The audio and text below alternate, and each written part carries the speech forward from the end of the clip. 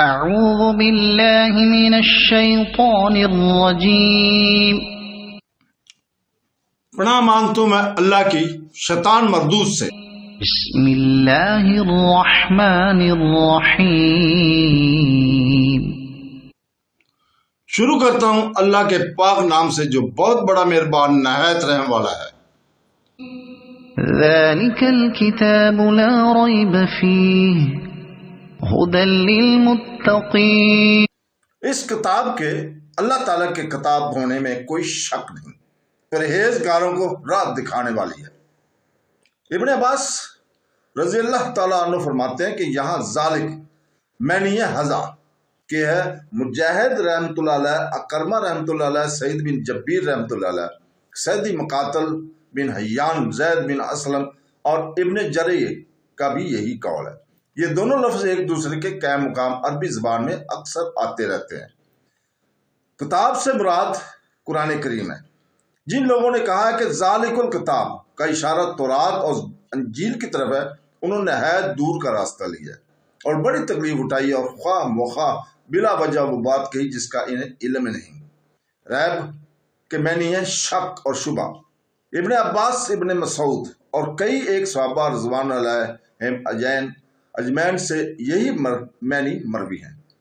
ابو درداء رضی اللہ تعالیٰ عنہ، ابن عباس رضی اللہ تعالیٰ عنہ، مجاہد رحمۃ اللہ علیہ سعد سے بھی یہی مروی ہے۔ ابن ابی حاتم رحمۃ اللہ علیہ فرماتے ہیں مفسرین کا اس میں اختلاف نہیں۔ ریب کا لفظ عرب شہروں میں تہمت کے معنی میں بھی آتا ہے اور حاجت کے معنی میں بھی اس کا استعمال ہوا ہے۔ اس جملہ کے معنی یہ ہوئے کہ اس قرآن پاک کے اللہ تعالیٰ کی طرف سے نازل شدہ ہونے میں کوئی شک نہیں ہے، جیسے سورہ سجدہ میں ہے جس کا ترجمہ ہے یعنی بے شک یہ قرآن کریم تمام جہانوں کے پالنے والے پروردگار کی طرف سے اترا ہے۔ بعض نے کہا کہ گو یہ خبر ہے مگر معنی میں نہیں کہ ہے، یعنی اس میں شک نہ کرو۔ بعض قاری لا ریب پر وقف کرتے ہیں اور الگ جملہ پڑھتے ہیں، لیکن لا ریب فیہ پر ٹھہرنا بہت بہتر ہے کیونکہ یہی مضمون اسی طرح سورہ سجدہ کی آیت میں گزر چکا ہے اور اس میں یہ نسبت کے زیادہ مبالغہ ہے، نحوی اعتبار سے صفت ہو کر مرفوع ہو سکتا ہے اور حال کی بنا پر منصوب بھی ہو سکتا ہے۔ اس جگہ ہدایت کو متقین کے ساتھ خاص کیا ہے، جیسے دوسری جگہ فرمایا ہے کہ یعنی یہ قرآن ہدایت اور شفا ہے ایمان والوں کے لیے اور بے امان والوں کے کان بوجھل ہیں اور آنکھیں اندھی ہیں، یہ بہت دور کی جگہ سے پکارے جاتے ہیں۔ یعنی یہ قرآن ایمان والوں کے لیے شفا اور رحمت ہے اور ظالم لوگوں تو اپنے خسارے میں ہی بڑھتے جاتے ہیں۔ اس مضمون کی اور آیت بھی ہیں اور ان سب کا مطلب یہ ہے کہ گو قرآن کریم خود ہدایت اور محض ہدایت ہے اور اس سب کے لیے، لیکن اس ہدایت سے نفع اٹھانے والے صرف نیک بخت ہوں گے۔ جیسے تمہارے پاس رب تعالیٰ کی نصیحت اور سینے کی بیماریوں کی شفا آ چکی ہے جو مومنوں کے لیے شفا اور رحمت ہے۔ ابن عباس، ابن مسعود رضی اللہ تعالیٰ عنہ اور بعض دیگر صحابہ سے مروی ہے کہ ہدایت سے مراد نور ہے۔ ابن عباس رضی اللہ تعالیٰ فرماتے ہیں کہ متقین وہ ہے جو ایمان لا کر شرک سے دور رہ کر اللہ تعالیٰ کے احکام بجا لائیں۔ ایک اور روایت میں ہے متقی وہ لوگ ہیں جو اللہ تعالیٰ کے عذابوں سے ڈر کر ہدایت کو نہیں چھوڑتے اور اس کی رحمت کی امید رکھ کر اس کی طرف سے جو نازل ہوا اسے سچا جانتے ہیں۔ حسن بصری رحمۃ اللہ علیہ فرماتے ہیں کہ متقی وہ ہے جو حرام سے بچے اور فرائض بچا لائے۔ آمش رحمۃ اللہ علیہ حضرت ابو بکر بن عیاش رحمۃ اللہ علیہ سے سوال کرتے ہیں کہ متقی کون ہے؟ آپ جواب دیتے ہیں پھر میں نے کہا ذرا عقلبی سے تو دریافت کر لو۔ وہ کہتے ہیں متقی وہ ہیں جو کبیرہ گناہوں سے بچے، اس پر دونوں کا اتفاق ہے۔ قتادہ رحمۃ اللہ علیہ فرماتے ہیں کہ متقی وہ ہے جس کا وصف اللہ تعالیٰ نے خود اس آیت کے بعد بیان فرمایا ہے کہ فرماتے ہیں کہ یہ سب اوصاف متقین میں جمع ہوتے ہیں۔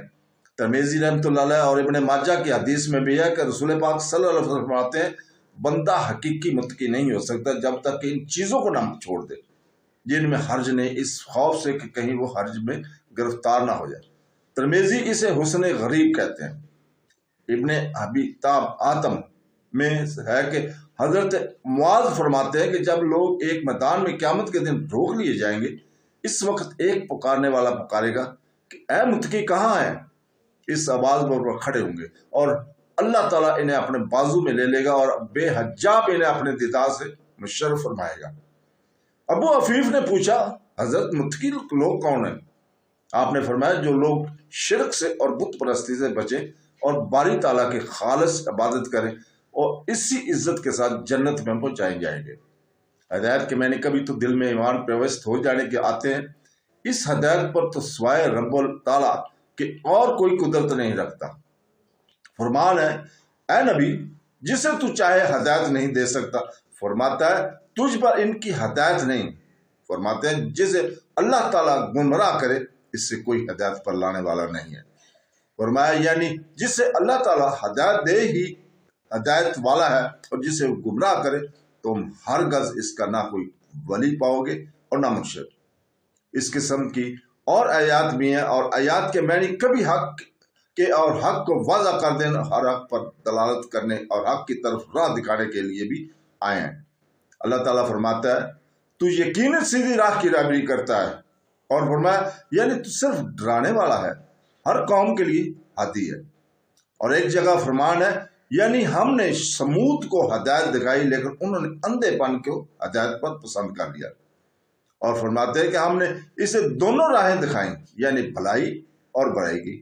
تقوی کے اصل معنی بری چیزوں سے بچ رہنے کے، اصل میں یہ قوی ہے، وہ قائیات سے ماخوذ ہے۔ نابالغہ وغیرہ کے شعر میں بھی آتا ہے کہ حضرت ابی ابن کعب رضی اللہ تعالیٰ سے حضرت عمر رضی اللہ تعالیٰ نے پوچھا کہ تقوی کیا ہے؟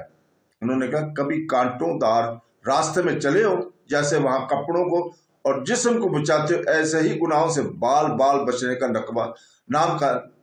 نام تقوی ہے، یعنی چھوٹے اور بڑے اور سب گناہوں کو چھوڑ دو۔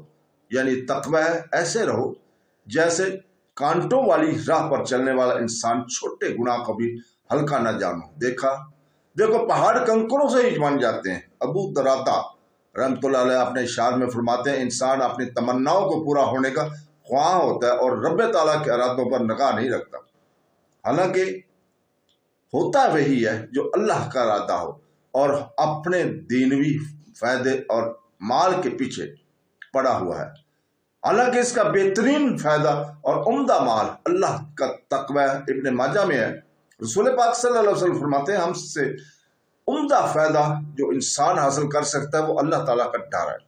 اس کے بعد نیک بیوی کو خاوند جب اس کی طرف دیکھے وہ اسے خوش کر دے اور جو حکم دے اسے بجا لائے، اگر قسم دے دے تو پوری کر دکھائے، اور جب وہ موجود نہ ہو تو اس کے مال کی اور اپنے نفس کی حفاظت کرے۔ صدق اللہ